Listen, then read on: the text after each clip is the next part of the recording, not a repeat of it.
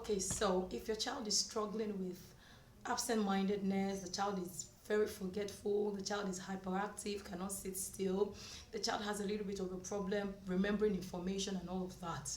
Number two, mindfulness exercise you can practice with that child is the counting exercise. Now, this is not the conventional counting, rote counting, one, two, three, and all of that. No, this is a more systematic counting.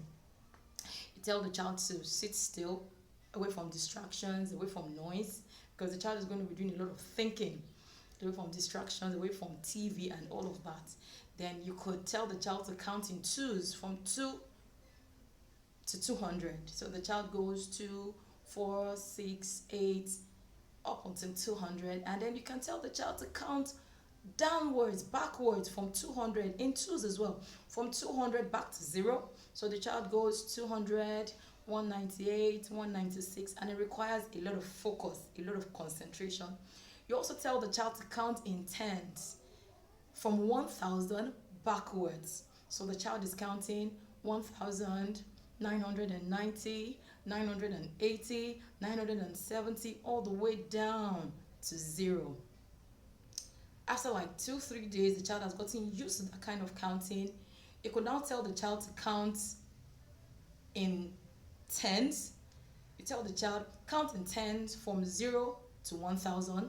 Skip the fifth, skip every 5 number. So the child goes 10, 20, 30, 40, skips 50, 60, 70, 80, 90, 10, 20, 30, 40, skips 50, 60, 70, 80, 90, skips 100. Just like that. Then you tell the child, can you recall all the numbers that you skipped?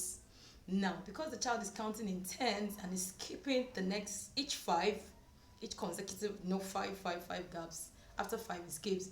The child should be able to pick that he's skipping numbers in 50s. He skipped 50, 100, 150, and so on and so forth. When you do this constantly, the brain is a very wonderful organ that you can train. The more you continue to train your brain, the more your brain continues to build new cells. Your brain continues to build new neural pathways, and it just keeps getting better.